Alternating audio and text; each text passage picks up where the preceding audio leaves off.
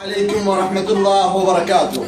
من جبهات القتال، من المقاتلين، من الحشد الشعبي مع جنودنا الأبطال، نلتقي بالأخ مرتضى الذي لديه 4 أولاد وبنت لديه، وهو ذهب إلى الجهاد. ذهب وهو يقول بواقع القول، مرتضى يقول: أفدي روحي ونفسي وبدني في سبيل الوطن، في سبيل الشرف، في سبيل الكرامة. والآن لقاء قصير مع الأخ مرتضى لنرى رأيه وبعدين نعلق على الموضوع. مرتضى، أنت وين بالجبهة؟ قرية السلام يعني. نعم، شوية صوتك علي على مود نسمع. قرية السلام. قرية السلام تابعة البيجي لا، نايت بيجي تابعة هي بالتكريت، بالتكريت وبين صيني هي السيارة. زين مرتضى، انتم شنو مقابلكم يعني دواعش وخوارج عن العصر الحديث؟ يعني اكو مقاومة من عندكم؟ ليش تعالجون بموقف يعني اذا صار تعرض يعني موجود هذا عندكم؟ عندنا دبابات. نعم، مدافع. دبابات برامز وحدة 52 هاي الدبابة الثانية. نعم. عندنا هاون. نعم. فنحارب. عندنا 23. انا صنف 23. نعم، انت صنف 23 مرتضى. 23 يعني انتم مقاومات منطقة.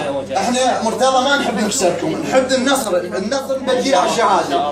احنا نحب النصر نبديه على الشهادة، بس احنا نريد احداث المنطقة اللي هسه انت بيها، نريدها يعني انت يعني ملتزم بواجبك ومتشرف بواجبك يعني. لا ان شاء الله احنا حتى بواجبنا واقفين بواجبنا ومستمرين بهذا الشيء. نعم.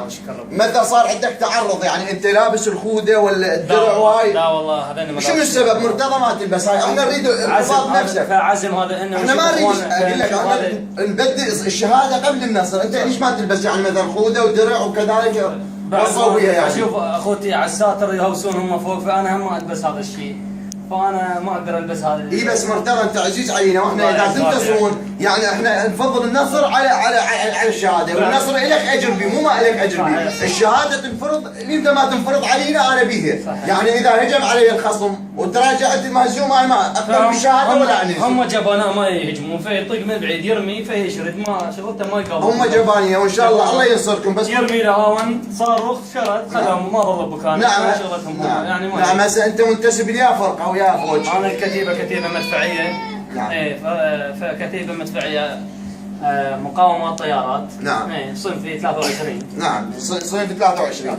بس مرتضى انا انصحك يعني نصيحه اخويه، احنا نريد لان هاي حرب، والرصاص ما يعرف منطق، ما لابس خوذه او ما لابس درع، لان نريد الحفاظ على وحسب انت هم وراك عائله، وراك اطفال، وراك اخوان، وراك اولاد عم، واحنا نشد ازركم ونشجعكم ونقول لكم ان شاء الله على النصر وما بغير النصر، وان شاء الله منصورين بحيل الله ولي البيت. تحب تقول كلمه بحق الحشد الشعبي والمقاتلين جنوده؟ ان شاء الله ينصرهم ان شاء الله، والعزم مالتهم ان شاء الله، ونريد من الله ولي البيت يحفظهم. نعم. ويبعد الشر عنهم ان شاء الله. ان شاء الله. والنصر ان شاء الله. ان شاء الله. امين يا رب العالمين.